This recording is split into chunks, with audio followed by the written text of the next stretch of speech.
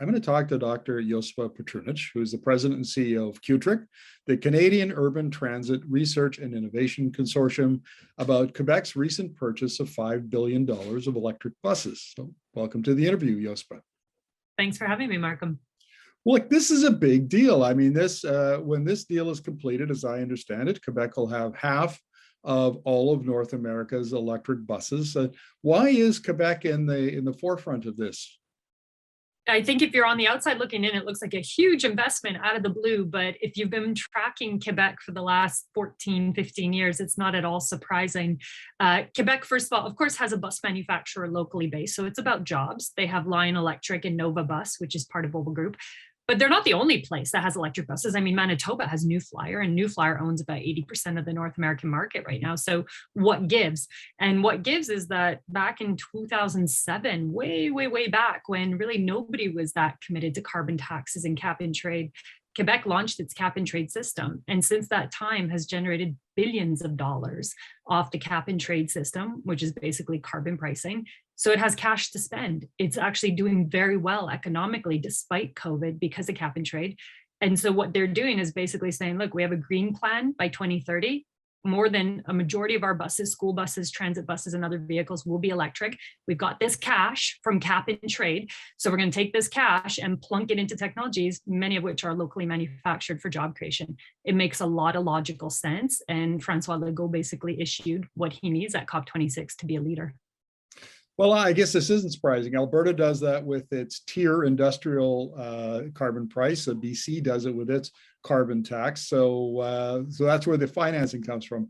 And $3.65 billion comes from the Quebec government, $2.4 billion partly from the federal government, partly from transportation agencies, as I understand it.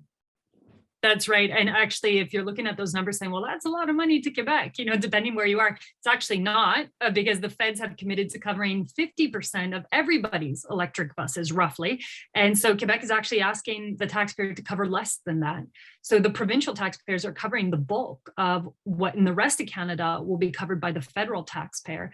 And so in this plan, it really aligns with the federal announcement earlier this year of $2.75 billion for electric buses. And so a chunk of that is going to go into the first years of deployment. And then, of course, Quebec is banking on the fact that the federal government announced $3 billion in transit funding from 2026 onward. So a chunk of that money is going to flow into this investment as well. Now, you and I have had this conversation in previous interviews, but roughly half of the $5 billion will go to purchase the electric buses, and the other half will be spent on retrofitting garages, basically the infrastructure, and a key part of the transition to electric transit. That's right. And this underscores the fact that the buses are actually the easy part. If you had asked anybody in the industry about 5, 6, 7 years ago, the buses were new, they were unknown, they were Frankenstein, how would they function?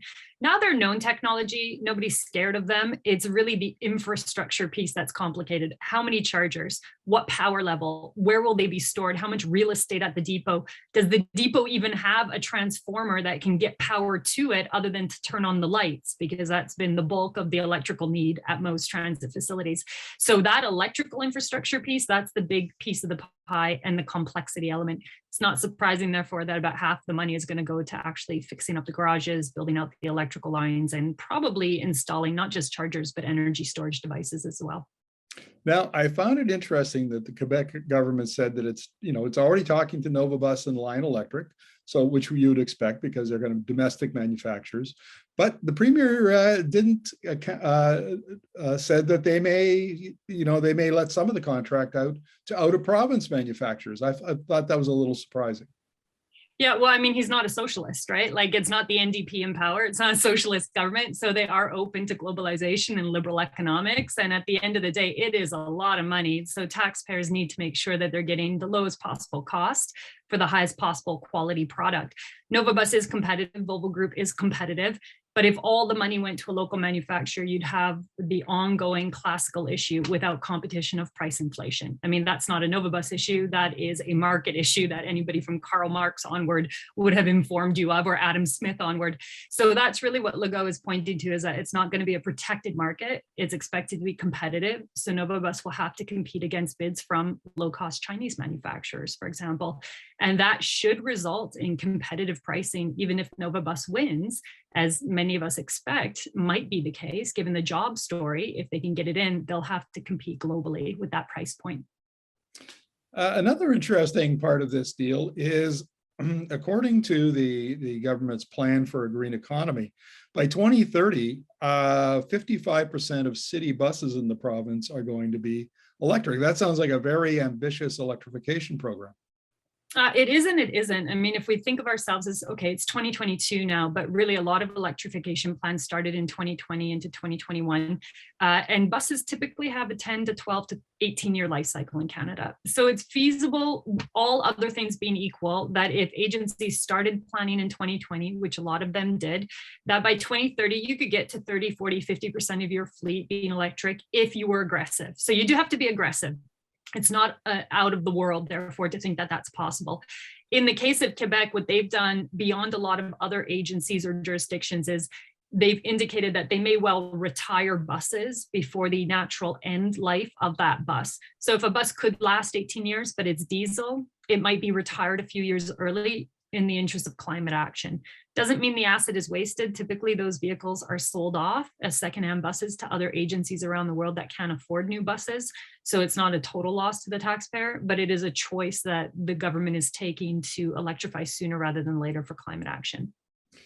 Now, Josipa, I've interviewed a number of battery analysts over the last 6 months, and all of them are forecasting very steep cost declines for batteries. We're talking about maybe, by 2030, $60 a kilowatt hour, maybe 48 by the early 2030s. So is that going to have a big effect on the adoption of electric buses across Canada? I mean, lower battery prices mean lower, less expensive buses, right? So yeah, I'm going to be the negative Nelly here, because I always prick a pin into that balloon. In the bus world, volumes are way lower than cars. So when people talk about these steep battery price point declines to the $60 kilowatt hour from several hundreds of dollars, it's really talking about cars, and cars sell in the tens of millions every year. So when you're moving that number of units, yeah, for car-sized batteries and batteries designed for car platforms or truck platforms for personal use, you could imagine the price point dropping to that level, all other things being equal.